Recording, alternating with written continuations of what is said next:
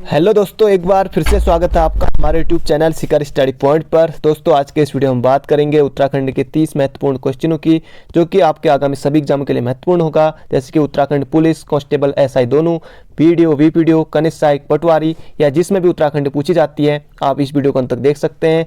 दोस्तों, वीडियो को देखने के बाद 30 में से कितना आपका स्कोर रहा आज की वीडियो में, तो ये भी आप जरूर बताइएगा। और अगर आप चैनल पर नए हैं और आपने अभी तक चैनल को सब्सक्राइब नहीं किया है तो दोस्तों चैनल को सब्सक्राइब जरूर से करें, और जाते जाते दोस्तों वीडियो को एक शेयर भी जरूर करेगा। तो चलिए दोस्तों शुरू करते हैं, और ये सीरीज हमारी हर रोज आती है। यह है दोस्तों पहला क्वेश्चन, टिहरी रियासत की राजधानी। टिहरी रियासत की राजधानी टिहरी की स्थापना कब हुई, यहाँ पर पूछा गया है। या श्रीनगर से टिहरी स्थानांतरित कब की, और आधा राज्य अंग्रेजों के कब्जे में जाने के बाद। क्वेश्चन कैसे भी पूछा जा सकता है, आपको सिंपल इतना याद रखना है कि टिहरी की स्थापना इनमें से कब की गई थी। आपके सामने ऑप्शन है 28 फरवरी 1816, 28 दिसंबर 1815, 28 अक्टूबर 1818 या फिर 28 दिसंबर 1817। तो दोस्तों इसका सही उत्तर हो जाएगा 28 दिसंबर 1815। यहाँ पर 28 नवंबर नहीं है, थोड़ा फिर दिक्कत हो सकती थी। इसका सही उत्तर हो जाएगा 28 दिसंबर 1815। ऑप्शन नंबर बी हो जाएगा हमारा बिल्कुल सही। अब इसकी स्थापना किसने की थी, तो ये की थी दोस्तों सुदर्शन साने।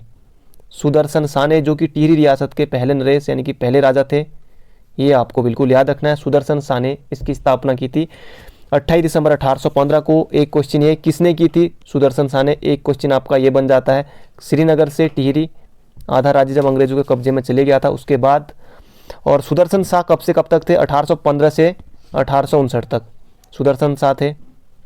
सुदर्शन शाह कौन से नंबर के राजा थे, तो 55वें राजा थे। उससे पहले जो गढ़वाल के पवार राजवंश में 54 राजा हुए थे, जो प्रद्युमन शाह थे अंतिम थे, और जो 55वें राजा वो सुदर्शन शाह थे। एक क्वेश्चन आपका ये बन गया।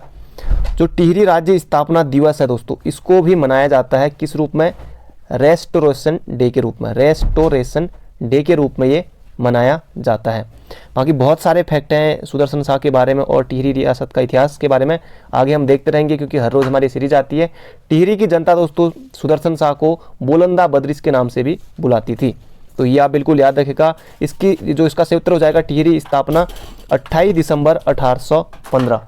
तो ये आप बिल्कुल याद रखेगा। ऑप्शन नंबर बी बिल्कुल सही है, एग्जाम में पूछा जाएगा और पूछा निश्चित रूप से जाएगा, पहले भी पूछा गया है। तो बढ़ते हैं दोस्तों अगले क्वेश्चन की तरफ। अगला क्वेश्चन है, पंच केदार वर्ग में कौन समाविष्ट नहीं है। अभी दोस्तों जो भी हाल ही में जो 1-2 एग्जाम हुए हैं उनमें लगातार यहाँ से प्रश्न पूछा गया था। पंच केदार, पंच प्रयाग, पंच बद्री या जो भी हैं दोस्तों, यहाँ से अक्सर एग्जाम में प्रश्न आता है। कुछ ना कुछ कहीं ना कहीं से प्रश्न पूछ देता है और आपको सारे फैक्ट पता होने चाहिए, और हर रोज़ मैं यहाँ से संबंधित कुछ ना कुछ प्रश्न जरूर लेके आता हूँ। पंच केदार वर्ग में कौन सम्मिलित नहीं है, कल्पेश्वर, मदमहेश्वर, विश्वनाथ या फिर रुद्रनाथ। अब जिन्होंने नहीं पढ़ा है उनके लिए थोड़ी दिक्कत वाली बात है, लेकिन जिन्होंने पढ़ा है उन्होंने अपना उत्तर चुन लिया है। ऑप्शन नंबर डी होगा आपका बिल्कुल सही दोस्तों, विश्वनाथ। विश्वनाथ। अब पंच केदार कौन कौन है दोस्तों, वो मैं आपको, जो पहला पंच केदार कौन है पहले से लेके जो, और रुद्रप्रयाग में कितने और चमोली में कितने, वो सब मैं आपको बताता हूँ। एक एग्जाम में प्रश्न बना था कि रुद्रप्रयाग में कितने पंच केदार हैं, रुद्रप्रयाग में कितने पंच केदार हैं। तो दोस्तों रुद्रप्रयाग में 3। पहला जो केदार है वो है अपना केदारनाथ, केदारनाथ। तो पहला केदार खुद केदारनाथ, दूसरा केदार मदमहेश्वरनाथ, मदमहेश्वरनाथ, तीसरा तुंगनाथ। ये 3 है दोस्तों कहाँ, रुद्रप्रयाग में। इन्हीं में से पूछ देगा कि निम्न में से कौन सा पंच केदार में से कौन सा केदार रुद्रप्रयाग में स्थित नहीं है, तो इन 3 ऑप्शन दे देगा। तो आपके सामने कोई कल्पेश्वर इस तरह से नहीं, या फिर और कोई ऑप्शन बन सकते हैं। तो ये आप बिल्कुल याद रखिए, केदारनाथ, मदमेश्वर, तुंगनाथ रुद्रप्रयाग में है। कितने केदार रुद्रप्रयाग में, तो ये 3 हो गए। बाकी बचे कौन, एक ये कल्पेश्वर और रुद्रनाथ, ये उपज गए, और रुद्रनाथ चौथा है, कल्पेश्वर 5वां है। तो ये बिल्कुल याद रखिएगा, 2 हैं चमोली में, 3 है रुद्रप्रयाग में। तो बढ़ते हैं दोस्तों अगले क्वेश्चन की तरफ। इंपॉर्टेंट क्वेश्चन था और उम्मीद करता हूँ आपने भली भांति इसको जान लिया होगा केदार, पंच केदारों के बारे में। बढ़ते हैं अगले क्वेश्चन की तरफ। अगला क्वेश्चन है, सिडकुल का संबंध है खेल से है, उद्योग से है, या साहित्य से है, या फिर शिक्षा से है, ये आपको बताना है। दोस्तों सिडकुल का संबंध हो जाएगा उद्योग से। ऑप्शन नंबर सी हो जाएगा हमारा बिल्कुल सही। इंपॉर्टेंट क्वेश्चन है, एग्जाम में प्रश्न आता है। तो ऑप्शन नंबर सी हो जाएगा, उद्योग से सिडकुल का संबंध। सिडकुल की स्थापना कब हुई थी दोस्तों? इसकी स्थापना हुई थी 2002 में। 2002 में, याद रखेगा, एग्जाम में प्रश्न पूछेगा कि सिडकुल की स्थापना कब हुई थी, तो 2002 में हुई थी।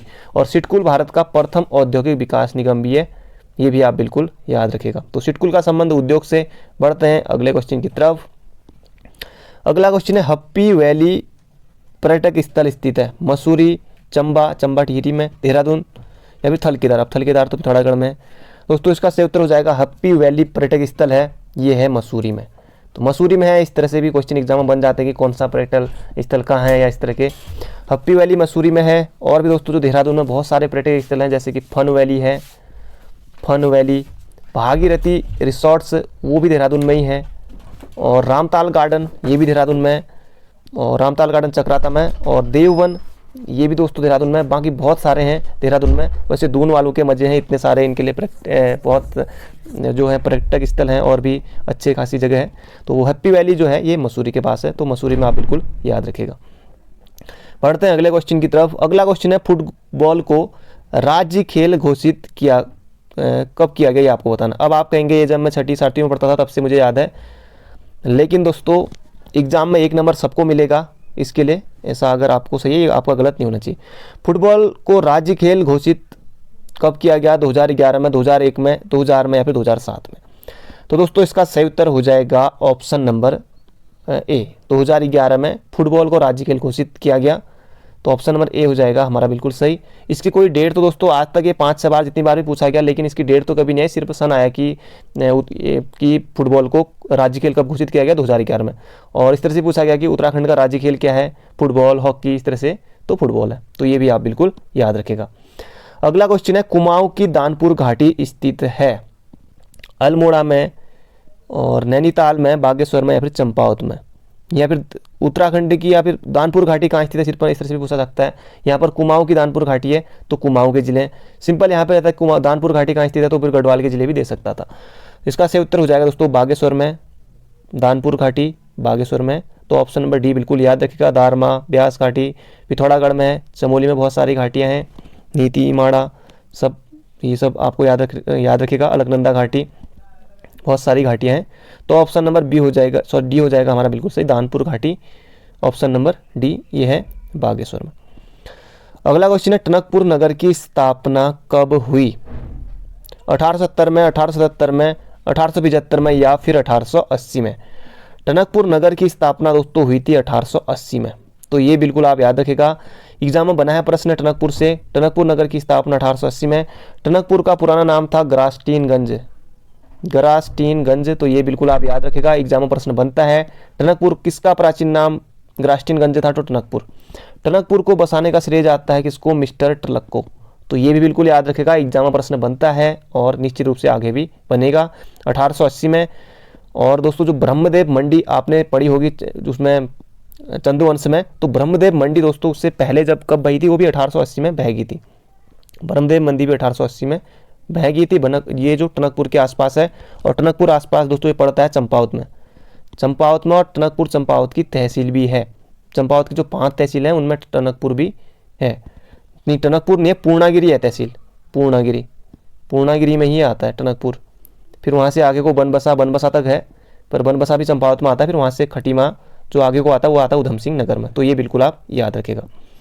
बढ़ते हैं अगले क्वेश्चन की तरफ। अगला क्वेश्चन है, नीम करौली बाबा का आश्रम किस स्थान पर स्थित है? भेरीनाग, कैंचीधाम नैनीताल, बद्रीनाथ, लाखा मंडल। तो नीम करौली बाबा दोस्तों ये है कैंचीधाम नैनीताल में। याद रखिएगा, इंपॉर्टेंट क्वेश्चन है। कहा जाता है कि जो नीम करौली बाबा का धाम है, यहाँ दोस्तों जो फेसबुक के संस्थापक हैं वो भी यहाँ आए थे। और ये बिल्कुल याद रखिएगा, यहाँ जो मेला लगता है दोस्तों 15 जून को लगता है। पिछले साल भी नहीं लगा था कोरोना के कारण, और इस बार भी पता नहीं क्या होता है, लेकिन जो भी हो, लेकिन बहुत भयंकर विशाल मेला लगता है। जो मूर्ति की स्थापना हुई थी वो दोस्तों 1964 में से बुक में दिया हुआ है, लेकिन ऑफिशियल साइट की बात करें तो वहाँ दिया हुआ है 1962। अब आप ऑप्शन के हिसाब से देखिएगा कि ऑप्शन क्या रहते हैं। तो अगर दोनों रहेगा तो ऑप्शन 1962 की तरफ, क्योंकि दोस्तों ऑफिशियल जो साइट है उस पर दिया हुआ है, लेकिन बुक में 1964 दिया हुआ है कि जो कैंची धाम है वहाँ पर कब स्थापना हुई थी करके। तो 1964 या जो ऑफिशियल साइट है वो 1962। तो कैंची धाम नैनीताल में है, और पिछली बार तो मेला नहीं हुआ था, लेकिन इस बार शायद हो, लेकिन कहना मुश्किल है कोरोना की वजह से। लेकिन पिछली बार भी नहीं हुआ था और इस बार जाने का मन तो मेरा भी था, लेकिन देखते हैं क्या होता है अगर मेला होता है तो बढ़ते दोस्तों अगले क्वेश्चन की तरफ। अगला क्वेश्चन है, प्रथम बार गढ़वाली लेखन हेतु किसे साहित्य अकादमी पुरस्कार दिया गया? सुदामा प्रसाद प्रेमी, राजेंद्र बलौदी, या फिर प्रेमलाल भट्ट, या फिर क और ग दोनों, या ए और सी दोनों? दोस्तों प्रथम बार गढ़वाली लेखन हेतु साहित्य अकादमी पुरस्कार दिया गया था 2010 में। पहली बात, इसका सही उत्तर हो जाएगा सुदामा प्रसाद प्रेमी को भी दिया गया था, प्रेमलाल भट्ट को भी दिया गया था। तो ऑप्शन नंबर डी हो जाएगा हमारा बिल्कुल सही। तो ये बिल्कुल आप याद रखिएगा, इंपोर्टेंट क्वेश्चन है। अगला क्वेश्चन है, भूकंप में राज्य में भूकंप जन जागरूकता पर बनाई गई फिल्म कौन सी थी? इंपोर्टेंट क्वेश्चन है। डांडी कांठी की गोद मां, जगवाल, घर जवें, या फिर मेघा? दोस्तों इसका सही उत्तर हो जाएगा ऑप्शन नंबर ए, डांडी कांठी की गोद मां। भूकंप जन जागरूकता पर आधारित ये फिल्म थी। तो बिल्कुल याद रखिएगा, इंपोर्टेंट क्वेश्चन है, 1 नंबर आपको देके जाएगा। बाकी और जो फिल्म है इनके बारे में बात कर लेते हैं। जगवाल फिल्म दोस्तों उत्तराखंड की प्रथम फिल्म है, अगर पूछता है तो ये बिल्कुल याद रखिएगा। 1983 में पारेश्वर गौड़ खुद नायक थे, खुद निर्माता निर्देशक थे, और नायिका जो कहते हैं एक्टर, जो नहीं वो तो एक्ट्रेस होती है, तो वो इसमें कुसुम बिष्ट थी। घर जवें दोस्तों इसको गढ़वाल की सबसे सफल फिल्म कहा जाता है, घर जवें को। मेघा कौन सी फिल्म है? कुमाऊनी। इस तरह से पूछा गया कि कौन सी, जैसे कुमाऊनी फिल्म कौन सी है, कुमाऊं की प्रथम फिल्म कौन सी है? तो मेघा। इसके निर्माता निर्देशक थे काका शर्मा। तो ये भी बिल्कुल आप याद रखेगा, एग्जाम में प्रश्न बनता है। तो आपने सभी जान लिए। भूकंप जन जागरूकता आधारित डांडी कांठी की गोद मां, ये भी बिल्कुल याद रखेगा। एक और है चक्रचाल, वो भी भूकंप से संबंधित है। बढ़ते हैं अगले क्वेश्चन की तरफ। अगला क्वेश्चन है दोस्तों, प्रसिद्ध दून स्कूल की स्थापना किसने की थी? दोस्तों अगर आपको हमारा प्रयास पसंद आता है और अभी तक आपने वीडियो को लाइक नहीं किया तो एक लाइक जरूर कर दीजिए। जाते जाते वीडियो को एक शेयर जरूर करिएगा, और आप चैनल पर नए हैं तो चैनल को सब्सक्राइब करना बिल्कुल ना भूलिएगा। ये वीडियो हमारी हर रोज आती है, इसके अलावा और भी इसके पार्ट हर रोज अपलोड होते हैं, वो प्लेलिस्ट में डिस्क्रिप्शन में भी लिंक है, आप वहां से भी देख सकते हैं। अगला क्वेश्चन है, प्रसिद्ध दून स्कूल की स्थापना किसने की थी? इंपोर्टेंट क्वेश्चन है, 1 नंबर देके जाएगा ये, और चीज़ भी जानेंगे हम इसके बारे में। विजय लक्ष्मी पंडित, जवाहरलाल नेहरू, सीआर दास, या फिर कमला नेहरू? तो दोस्तों इसका सही उत्तर हो जाएगा सीआर दास, चित्तरंजन दास। दून स्कूल जो कि कहाँ है, अब दून लग गया तो देहरादून में होगा, बिल्कुल सही बात है। 1935 में इसकी स्थापना हुई थी। चित्तरंजन दास, और भारत का या फिर देश का कहें प्रथम पंजीकृत स्कूल इसको कहा जाता है, दून स्कूल को। तो सीआर दास 1935, देहरादून और 1935 में। तो ये बिल्कुल याद रखेगा दून स्कूल के बारे में। अब बढ़ते हैं अगले क्वेश्चन की तरफ। अगला क्वेश्चन है, महादेवी कन्या पाठशाला की स्थापना देहरादून में कब हुई? अब दोस्तों इसकी स्थापना किसने की थी, यह आप बताएंगे कमेंट बॉक्स में। महादेवी कन्या पाठशाला की स्थापना देहरादून में कब हुई? 1902 में, 1908 में, 1909 में, 1910 में? महादेवी कन्या पाठशाला की स्थापना हुई थी दोस्तों देहरादून में 1902 में। इसकी स्थापना की थी महादेवी भटनागर ने। महादेवी भटनागर ने, ये बिल्कुल याद रखिएगा। महादेवी वर्मा मत करिएगा, ऑप्शन होगा महादेवी वर्मा। महादेवी वर्मा का जन्म ही दोस्तों कब हुआ था? 26 मार्च 1907 को। 26 मार्च 1907 को। अब ये कहाँ से, ये तो पैदा ही नहीं हुई है। 1902 1907, 5 साल पहले का है। तो ये बिल्कुल याद रखिएगा कि महादेवी वर्मा का जन्म 26 मार्च 1907। 1 नंबर आपका ये भी बनेगा। महादेवी कन्या पाठशाला महादेवी भटनागर के द्वारा 1902 में, ये भी बिल्कुल आप याद रखेगा। अब दोस्तों आपको ये बताना कि गिल्लू कहानी किसकी है?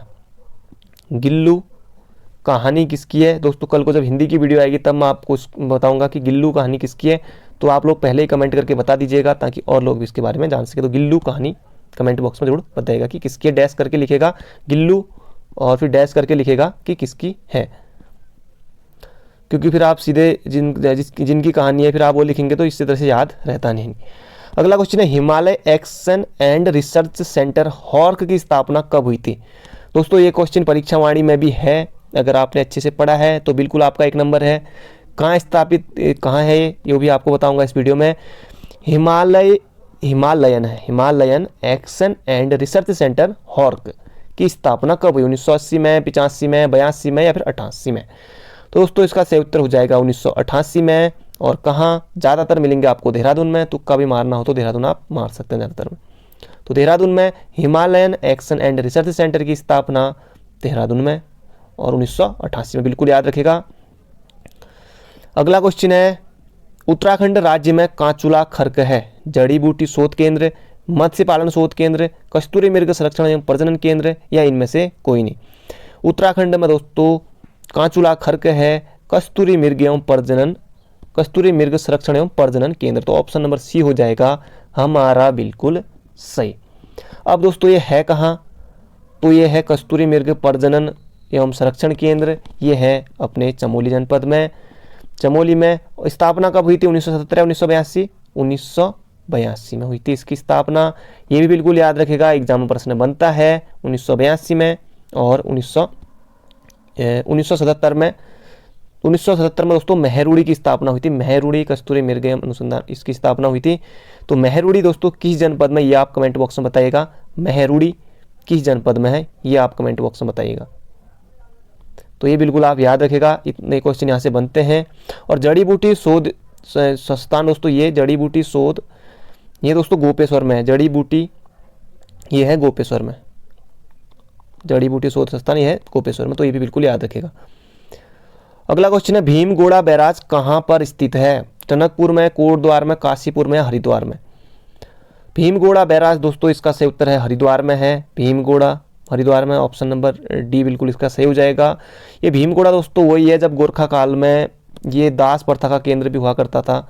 यहाँ पर बहुत सस्ते दाम पर, कहते हैं कि 1 2 3 2 3 4 5 6 7 8 रुपये में भी जो दास है उनको यहाँ पर बेचा जाता था इस तरह के, क्योंकि उस समय 1 2 रुपये की कीमत बहुत होती थी पहले, इस तरह से होता था। भीमगोड़ा बैराज ये हो जाएगा कहाँ? हरिद्वार में। अगला क्वेश्चन है उत्तराखंड में गढ़वाल क्षेत्र को केदारखंड और कुमाऊं क्षेत्र को मानसखंड का उल्लेख किस में मिलता है? स्कंद पुराण में, नारद पुराण में, वायु पुराण में, या अग्नि पुराण में। तो दोस्तों इसका सही उत्तर हो जाएगा ऑप्शन नंबर जो हमारा है ए बिल्कुल सही, स्कंद पुराण में। एग्जाम में प्रश्न बनता है। उत्तराखंड में गढ़वाल क्षेत्र को क्या? केदारखंड, कुमाऊं क्षेत्र को मानसखंड, तो स्कंद पुराण में। तो ये बिल्कुल आप याद रखेगा। अगला क्वेश्चन है उत्तराखंड में रैणी गांव जाना जाता है। रैणी गांव क्यों जाना जाता है ये आपको बताना है। भूमि आंदोलन के लिए, चिपको आंदोलन के लिए, मैती आंदोलन के लिए, नशाबंदी आंदोलन के लिए। तो रैणी गांव दोस्तों जाना जाता है चिपको आंदोलन के लिए। तो ऑप्शन नंबर बी हो जाएगा हमारा बिल्कुल सही। चिपको आंदोलन चला कब था? 1974 में, मार्च के टाइम, 25 मार्च 1974 को ये चला था। तो ये बिल्कुल याद रखेगा। प्रणेता कौन थी? गौरा देवी थी। उद्देश्य क्या था दोस्तों इसका? उद्देश्य ये था कि जो वनों की अवैध कटाई हो रही है उस पर रोक लगाना था इसका उद्देश्य। चिपको आंदोलन का पेड़ों से चिपक जाते थे, और भी बहुत कुछ है इसके बारे में। तो बढ़ते हैं अगले क्वेश्चन की तरफ। और मैती आंदोलन दिख गया यहाँ पर। मैती आंदोलन दोस्तों 1996 में चला था। कहीं 95 मिलेगा, कहीं 96। तो 1996 बिल्कुल याद रखेगा। जो ऑप्शन के हिसाब से अगर 96 95 दोनों है तो 96 करेगा। यूकेएससी की तरफ, यूकेपीएससी की तरफ 1995 भी उत्तर दिया गया था इसका एक बार। कल्याण सिंह रावत मैती आंदोलन 1996 में, ये भी बिल्कुल याद रखेगा। और रैणी गांव चिपको आंदोलन के लिए ये मैंने आपको बता ही दिया है। अगला क्वेश्चन है उत्तरांचल वर्तमान उत्तराखंड में पहला विधानसभा चुनाव कब हुआ था? अब उत्तरांचल उस समय था, बिल्कुल सही बात है, क्योंकि जब पहला चुनाव हुआ था 2001, 2002, 2000 या फिर 2003। तो दोस्तों इसका सही उत्तर हो जाएगा ऑप्शन नंबर ए 2002 में। उत्तरांचल उत्तराखंड में प्रथम विधानसभा चुनाव हुआ था 2002 में। डेट तो पूछी नहीं है, लेकिन जो इससे पहले चुनाव हुआ था दोस्तों चौथी विधानसभा का 5वां चुनाव होने वाला है कब? जो अगले साल 2022 में। इससे पहले ही सारी भर्तियां पूरी कराने का वो चल रहा है, लेकिन पहले तक तो भर्तियां आई नहीं, लेकिन आई तो ये कोरोना भी, ये जो कोविड-19 है इसने भी दिमाग ख़राब कर दिया।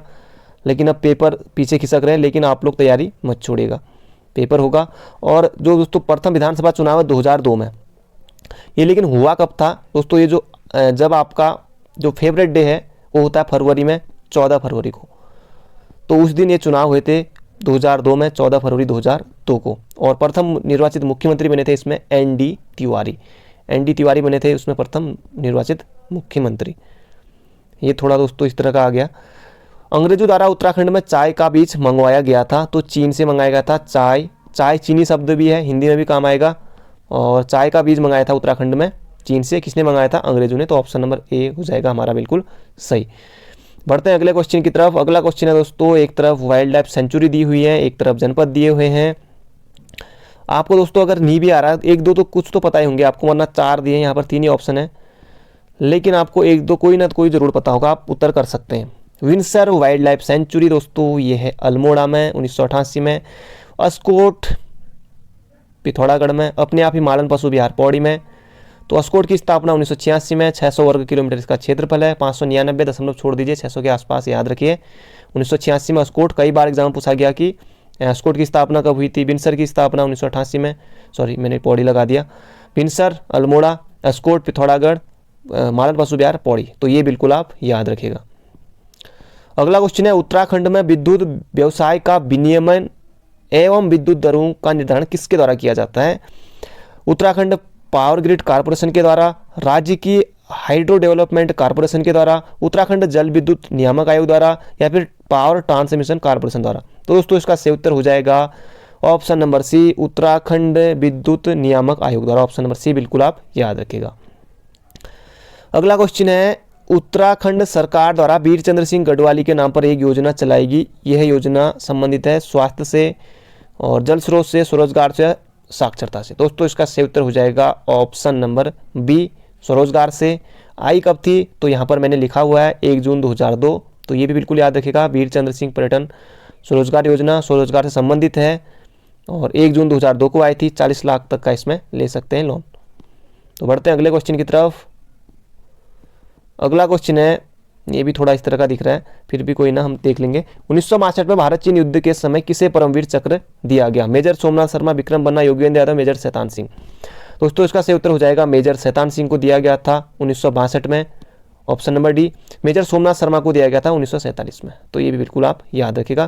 भारत चीन युद्ध के समय, पहली बात तो ये भारत चीन युद्ध कब हुआ था 1962 में। इसी के बाद ITBP का गठन हुआ था। ITBP का गठन हुआ था, वो हुआ था 24 अक्टूबर 1962 को। तो मेजर शैतान सिंह 1962 में, ये बिल्कुल याद रखिएगा। अगला क्वेश्चन है किस जनजाति के सूरगैन त्यौहार 3 दिनों तक देवता के समक्ष भेड़ बकरियों की पूजा की जाती है, उसके बाद सम्मिलित रूप से ऊन उतारी जाती है। तो यहाँ पर बताया गया कि कौन सा त्यौहार है, कौन सी जनजाति के द्वारा। भोटिया, बोक्सा, जाड़ या फिर जौनसारी। तो दोस्तों इसका सही उत्तर हो जाएगा भोटिया नहीं होगा। भोटिया की उपजाति जाड़। यहाँ पर क्योंकि दोनों है तो हम जाड़ करेंगे ना, क्योंकि जाड़ ज़्यादा सही उत्तर। अगर भोटिया रहता यहाँ पर राजी रहता तब हम भोटिया करते, क्योंकि भोटिया की उपजाति है जाड़। तो ऑप्शन नंबर डी बिल्कुल याद रखिएगा। अच्छा क्वेश्चन है कि जनजाति सूरगन त्यौहार किसके हैं। एक ये भी पूछा गया कि एक बार एग्जाम में कि सूरगन और लौसर त्यौहार किसके हैं, तो ये इनके ही हैं। तो ये बिल्कुल याद रखिएगा। ऑप्शन नंबर डी हो जाएगा इसका बिल्कुल सही उत्तर। सूरगन त्यौहार में 3 दिन तक देवता के समक्ष भेड़ बकरियों की पूजा की जाती है, उसके बाद सम्मिलित रूप से उनकी ऊन उतारी जाती है। दोस्तों कुछ क्वेश्चन और बचे हैं, वीडियो को अंत तक जरूर देखिएगा। और अगला क्वेश्चन है उत्तराखंड में कुली बेगार आंदोलन से संबंधित रजिस्टर का नाम क्या था। कुली बेगार प्रथा, मैनुअल ऑर्डर या फिर मैनुअल ऑफ गवर्नमेंट ऑर्डर। तो आपने बिल्कुल सही उत्तर दिया है manual of order. Option number D हो जाएगा इसका बिल्कुल सही। कुली बेगार प्रथा का अंत कब हुआ था दोस्तों 1921 में। 13-14 जनवरी 1921 को बद्रीदत्त पांडे के द्वारा। बहुत से लोग थे उसमें और 40,000 लगभग थे। रजिस्टर जो थे सरयू नदी में बहा दिए गए थे। उत्तरायणी मेले के समय ये हुआ था। बाकी कुली बेगार प्रथा के बारे में दोस्तों बहुत कुछ है, इसके लिए एक अलग से वीडियो मैं आपके लिए बहुत जल्दी लेके आऊँगा। अगला क्वेश्चन है तिलाड़ी नरसंहार घटित हुआ था 30 में 1928, 30 में 1930, 30 में 1929, 30 में 1931। तो दोस्तों इसका सही उत्तर हो जाएगा 30 मई 1930। या फिर तिलाड़ी कांड कब हुआ था ये भी आएगा, या फिर आएगा तिलाड़ी त्रासदी कब हुई थी। जो जलियांवाला बाग हत्याकांड है ना दोस्तों, उस पर पूछा गया था कि तिलाड़ी जलियांवाला बाग की त्रासदी कब हुई थी। अब बताओ कि खाली पूछने का तरीका अलग है, बाकी आयोग इस तरह से पूछ देता है अलग अलग शब्दों का प्रयोग करके। बाकी आपको पता है यहाँ पर तिलाड़ी कांड रहे, कुछ रहे, त्रासदी रहे, नरसंहार रहे, कुछ भी रहे। तो इसका सही उत्तर होना है ऑप्शन नंबर सी हमारा 30 मई 1930। तो ये बिल्कुल याद रखेगा। चक्रधर दीवान ने गोली चलाने का इसमें आदेश दिया था और तभी इसको जो है तिलाड़ी को जलियांवाला भी कहा जाता है, छोटा वाला जलियांवाला। तो ये बिल्कुल आप याद रखेगा। अगला क्वेश्चन है निम्न में से कौन पहाड़ का गांधी के रूप में विख्यात हुआ। जसवंत सिंह बिष्ट, KN उनियाल, PC जोशी या फिर नित्यानंद स्वामी। अब नित्यानंद स्वामी दोस्तों ये तो हमारे पहले मुख्यमंत्री रहे अंतरिम, ये तो होंगे नहीं। PC जोशी ये भी नहीं है, उनियाल ये भी नहीं। इसका सही उत्तर है जसवंत सिंह बिष्ट। पहाड़ का गांधी जसवंत सिंह बिष्ट। कुमाऊं का गांधी देवकीनंदन पांडे। उत्तराखंड का गांधी इंद्रमणि बडोनी। बागेश्वर का गांधी दुर्गा प्रसाद शाह। सल्ट का गांधी हरगोविंद पंत। बहुत से गांधी हैं, तो इसका सही उत्तर हो जाएगा पहाड़ का गांधी जसवंत सिंह बिष्ट। बाकी बहुत सारे गांधी हैं, खुद गांधी, महात्मा गांधी। अगला क्वेश्चन है, उत्तराखंड में प्रसिद्ध गुलाब राय मैदान जहां पशुओं पर व्यापार किया जाता था वह किस जनपद में स्थित है? पिथौरागढ़ में, रुद्रप्रयाग में, चमोली या फिर टिहरी में? तो जिन जिन लोगों ने चमोली किया बिल्कुल गलत है, पिथौरागढ़ में भी नहीं है दोस्तों। इसका सही उत्तर हो जाएगा ऑप्शन नंबर बी, रुद्रप्रयाग में। उत्तराखंड में प्रसिद्ध गुलाब राय का मैदान जहां पशु व्यापार किया जाता था, रुद्रप्रयाग में है, बिल्कुल याद रखेगा। अगला क्वेश्चन है, निम्न में से कौन सा हिमनद पिथौरागढ़ जिले के अंतर्गत स्थित नहीं है? मीलम, पोंटिंग, नामिक, कफनी? दोस्तों इसका सही उत्तर हो जाएगा ऑप्शन नंबर डी, कफनी, सुखराम। ये सब कहाँ है? बागेश्वर में। बागेश्वर में है, बागेश्वर, कफनी बागेश्वर में है। पोंटिंग दोस्तों पिथौरागढ़ में है। मीलम पिथौरागढ़ में 16 किलोमीटर लंबाई है, शुद्ध रूप से कुमाऊं का सबसे बड़ा ग्लेशियर इसको कह सकते हैं। नामिक पिथौरागढ़ में है। ये नामिक वही है दोस्तों जिसमें नमक की मात्रा पाई जाती है, खैर इसको छोड़े, नमक की मात्रा पाई जाती है, नामिक है तो ठीक है। लेकिन इसको 2018 में ट्रैक ऑफ द ईयर घोषित किया गया था। इस दृष्टि से इंपोर्टेंट हो जाता है कि नामिक को 2018 में ट्रैक ऑफ द ईयर घोषित किया गया। 2017 में दोस्तों द्रोणागिरी या दूनागिरी को 2017 में घोषित किया गया ट्रैक ऑफ द ईयर। 2019 में, 20 में तो किसी नहीं किया गया क्योंकि 20 में तो ये सब ऐसा हो गया कोरोना की वजह से। लेकिन 2019 में किया गया था देवक्यारा बुग्याल को, जो कि है उत्तरकाशी में। और इसका सही उत्तर हो जाएगा ऑप्शन नंबर डी, ये है बागेश्वर में कफनी। बाकी मीलम, नामिक, पोंटिंग, नामिक ये सब पिथौरागढ़ में। नामिक को 2018 में ट्रैक ऑफ द ईयर घोषित किया गया था, तो ये भी बिल्कुल आप याद रखिएगा। तो इसका सही उत्तर कफनी, बागेश्वर। अगला है, जाह्नवी नदी निम्न में से कौन सी एक मुख्य नदी से संबंधित है? काली और रामगंगा, अलकनंदा, भागीरथी? अब दोस्तों जाह्नवी नदी दोस्तों यह है भागीरथी से, ऑप्शन नंबर डी, ग्राम पंचायत विकास अधिकारी, बीपीडीओ 2018 क्वेश्चन है। अब देखिए दोस्तों, काली नदी पूर्वी नदी है, दूर दूर के ऑप्शन है। रामगंगा नदी, अल्मोड़ा रामगंगा पश्चिमी, और अलकनंदा नदी ये सब चमोली यहाँ। लेकिन भागीरथी उत्तरकाशी, तो एक ही ऑप्शन है वो भी उत्तरकाशी वाला। तो जाह्नवी नदी ये सब है उत्तरकाशी, ऑप्शन नंबर डी बिल्कुल याद रखेगा। इस तरह से दोस्तों एक कोई छोटी नदी आयोग पकड़ देगा और उससे पूछ देगा कि इसकी सहायक नदी है, इसका मतलब ये है कि कौन सी मुख्य नदी से संबंधित है या उसकी सहायक है, इसका अर्थ वही है। तो इसका सही उत्तर हो जाएगा भागीरथी, ग्राम पंचायत विकास अधिकारी 2018 में।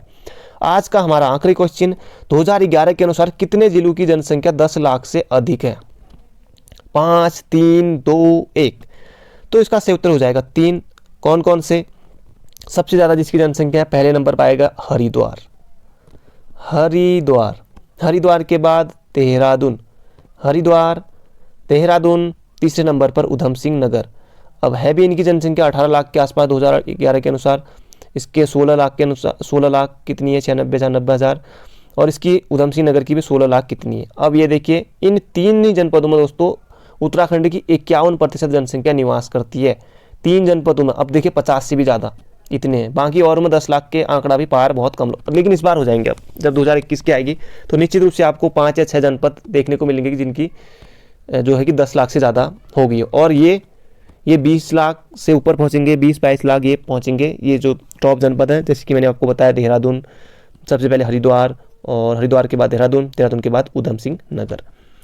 तो दोस्तों ये थे आज के क्वेश्चन, और 30 में से आपका कितना स्कोर रहा कमेंट बॉक्स में जरूर बताइएगा। क्वेश्चन कैसे लगे इसके बारे में भी जरूर राय दीजिएगा अपनी, और जाते जाते वीडियो को एक शेयर भी जरूर करिएगा, और लाइक नहीं किया तो लाइक आप जरूर कर दीजिएगा। Thank you friend, thank you so much. मिलेंगे कल को हिंदी की नई वीडियो में, तो अपना ध्यान रखिएगा।